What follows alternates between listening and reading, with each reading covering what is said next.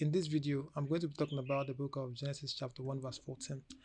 Please, I would love to encourage you, if you have not watched my other videos from on this series of Genesis chapter 1, the creation story, I will encourage you to go and watch it because I have said a lot of things that I won't be able to repeat in this particular video also. So for better understanding, to get to understand this particular video better, I would advise you go and watch those ones before you watch this one. Thank you. Genesis chapter 1, verse 14. And God said, let there be lights in the vault of the sky to separate the day from the night, and let them serve as signs to mark sacred times and days and years. Now, like I said in my other video, I said there is difference between when God said, and there's difference between God and the Spirit of God. Like I said, God is the supreme government, the head, you know, and the Spirit of God is the seven attributes, is having seven attributes which is called the seven spirits of God. That is the spirit of wisdom, the spirit of knowledge, the spirit of understanding, the spirit of the Lord, the fear of the Lord, the spirit of counsel, and so on. God is talking to the spirit of God, that is those seven spirits itself. He said, let them, that is the light itself. Now, if you pay attention to this, it said that let there be lights in the vault of the sky. In the earlier verse, God focused on the land itself, where it said that it should produce plants, trees, and others. And here in verse 14, God went back again to the sky. That is, and like I said in my other video, that the sky itself is a territory. It's a territory. He said that let there be light in the vault of the sky. Now, this particular verse here is saying that let there be lights. That is, the light that God is talking about here is the sun and the moon and the stars.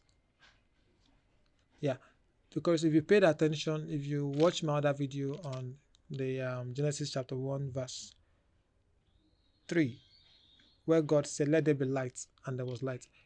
That one is not carrying S. That one is just light without an S. Now in verse 14, you see that God said, let there be lights in the vault of the sky. That is, let's say, two lights, and also another light that is just in pieces. The one in pieces I'm talking about is stars. And here it said that let them, that let them is like saying, give them the authority to separate the day from the night. Let them serve as signs to mark sacred times and days and years. That means what determines the sacred times, days, and years is the sunlight and the moonlight. And one thing I want to make comment on this is God, like I said, that everything God created was to dominate. God created everything. Everything God created has dominate this domineering power. That is, and what I said, power is influence. Like I said, power from politics. I say politics is all about power and resources. Sunlight and moonlight, they are both resources themselves, but God still gave them life, and He also gave them authority, one to govern the day and one to govern the night.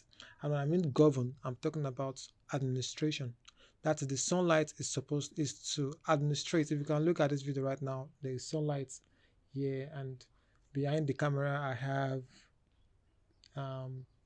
some plants here, and also I have just one small tree here, meaning that as this sun is shining right now, it is actually administering and is giving photosynthesis to the plants, meaning that the sunlight at the moment is actually like administering the day.